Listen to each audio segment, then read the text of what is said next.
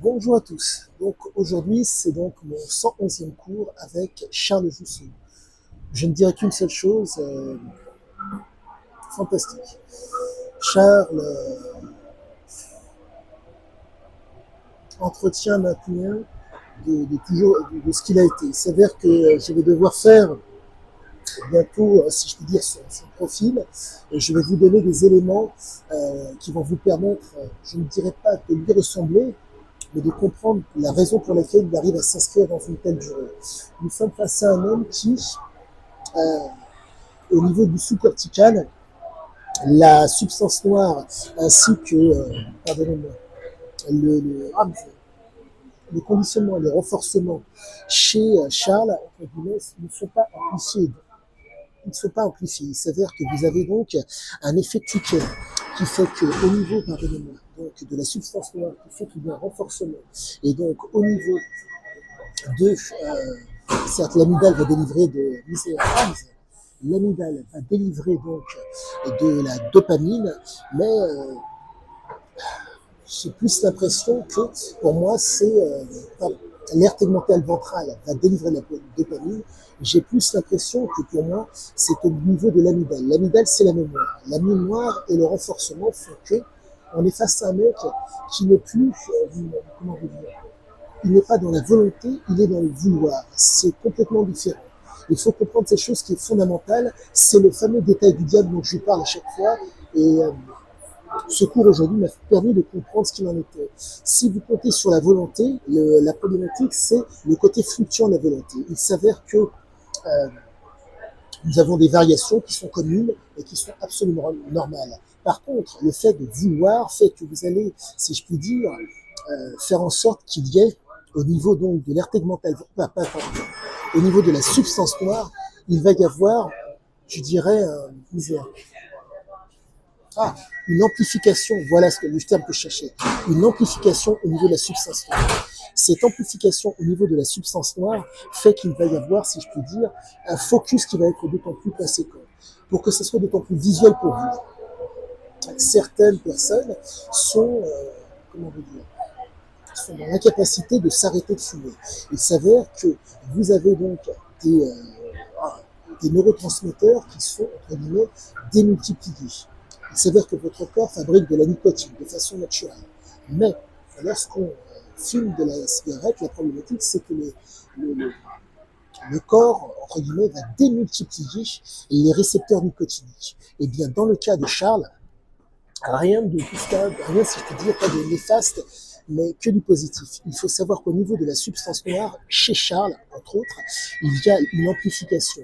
Cette amplification et ainsi que le renforcement fait que nous nous retrouvons avec un homme qui ne lâchera jamais le morceau et ne peut pas lâcher le morceau. Il ne peut pas lâcher le morceau. Ah misère, il me manque un détail, à coup sûr ça me viendra quand la vidéo sera finie.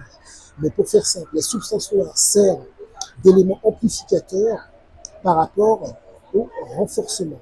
Il y a un conditionnement, il y a un renforcement, il y a une amplification. Et dans le cas de Charles, il y a un renforcement ainsi qu'une amplification.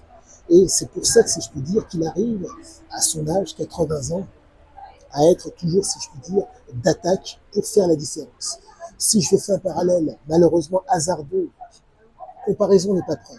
Avec les toxicomanes, il faut savoir qu'ils ont une amplification au niveau de la substance noire et au niveau, pardonnez-moi, de certains neurotransmetteurs. Il faut comprendre cette chose, que vous avez une intensité donnée qui est nécessaire pour pouvoir prendre le plaisir. La problématique est la suivante, c'est que vous avez un effet amplificateur, si je puis dire, du besoin irrépressible de prendre la substance. Dans le cas de Charles, la chose qui est irrépressible dans son cas, c'est la noradrénaline. La noradrénaline, c'est particulier.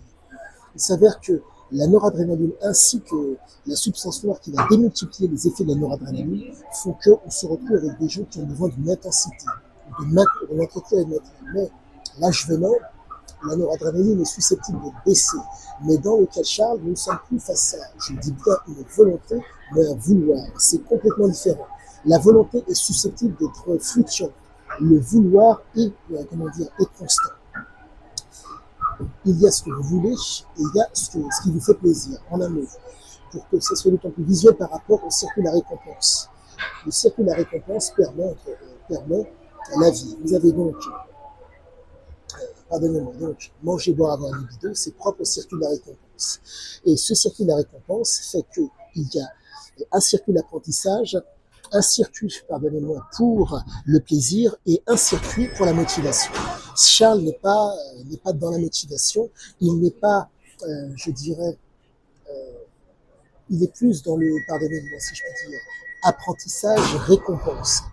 Et ce qui fait réellement la différence, voire même j'irais jusqu'à dire apprentissage, récompense.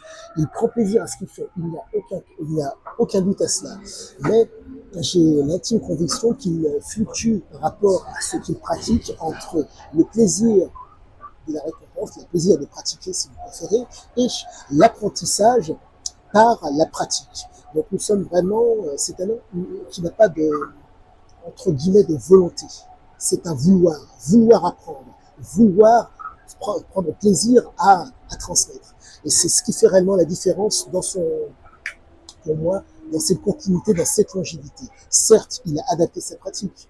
Il faut comprendre que s'inscrire dans une durée nécessite de ne pas s'exposer, d'être, si je puis dire,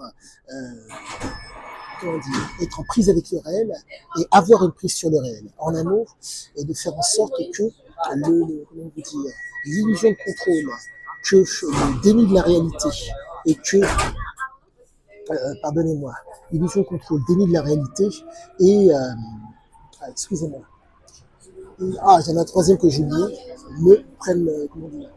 ne soient pas les maîtres mots. Car si vous allez au combat avec une approche illusoire, avec voilà, un déni de la réalité, vous êtes mort. Vous devez prendre en compte la réalité. Et la force de Charles, pour reprendre ces mots, c'est l'œil qui dirige.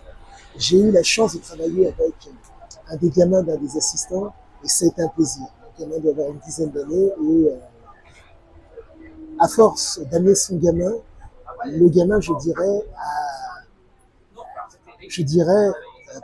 c'est pas pris goût, mais si vous voulez, il y a une espèce d'imprinting. Certains, pour ceux qui savent, c'est généralement des choses qui sont faites au niveau des animaux. Mais nous sommes des animaux évolués, si je voulais. Cet imprinting qui a été fait par le père fait que le gamin venait avec sa tablette et à un moment donné, il ziotait de temps en temps. Et ce ziotage fait que le gamin, à un moment donné, si je peux dire, je pense, a été projeté et le père il lui a donné plus ou moins cette envie et voilà. Et quoi qu'il en soit, ça a été fantastique parce que quand vous travaillez avec un enfant d'une dizaine d'années et que il y a une espèce de volontarisme, vous devez travailler, si je puis dire, à hauteur du gamin. Et c'est, comment vous dire, l'objectif est de faire bien pas fauteuil, mais je dois prendre en compte ces gamins pour,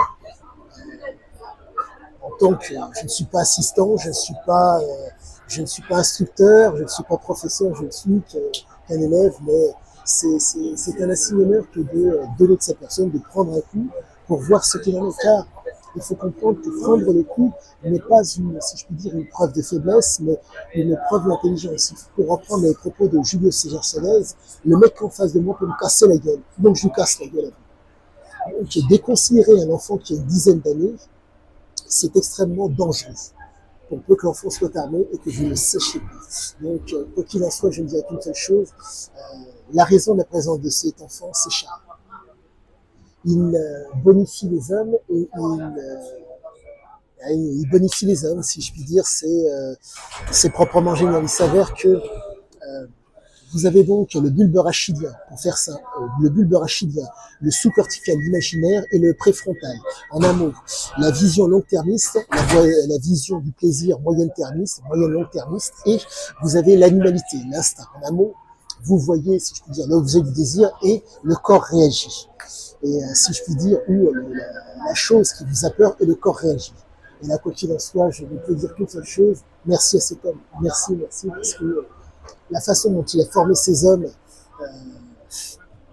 fait que c'est un insigne honneur que de travailler avec lui.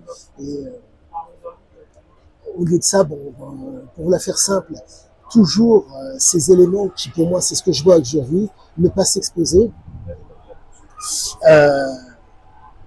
profiter, pardonnez-moi, être dominant, s'imposer et faire subir. Ce sont des éléments pour moi qui sont non négligeables. Si vous avez une position dominante et que vous n'êtes pas exposé, vous devez la conserver pour la suite de ça, vous imposer et faire subir. C'est proprement génial parce que il y a un nivellement vers le haut. Un nivellement vers le haut chaque fois. Mais il faut comprendre que comme c'est de la violence, nous sommes dans l'obligation de nous exposer pour être dans l'instruction, pour être dans l'initiation et pour être dans l'apprentissage qualitatif. Et je ne dirais qu'une seule chose, allez voir Monsieur Jousseau, car c'est un insigne honneur que de travailler avec lui. Et je ne dirais qu'une seule chose, merci encore. Merci pour l'exemplarité. Et je vais donner mon possible, et je vais donner ce que... De toute façon, je ne peux que le suivre, car 50 ans de pratique démontre que j'ai appris. Voilà. Sur ce, à tous, excellente fin de journée, je vous dis à bientôt.